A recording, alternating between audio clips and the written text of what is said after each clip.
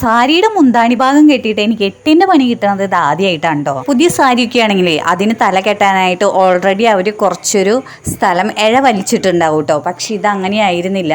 ഞാൻ ആദ്യം മുന്താണി ഭാഗം കറക്റ്റായിട്ട് ഒപ്പം വെച്ച് വെട്ടിയിട്ട് താഴെ നിന്ന് മുകളിലേക്ക് 3.5 ഇഞ്ച് അടയാളപ്പെടുത്തിയിട്ട് രണ്ട് സൈഡിലും ഞാൻ തേരുവശം ഒന്ന് കട്ട് ചെയ്ത് കൊടുത്തു കേട്ടോ. എന്നിട്ട് നൂല് വലിക്കാൻ തുടങ്ങി.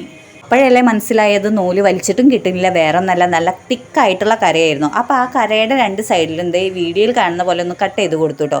എന്നിട്ട് നടുവിലത്തെ ഭാഗം ഞാൻ മെല്ലെ ഇരുന്ന് വലിച്ചു.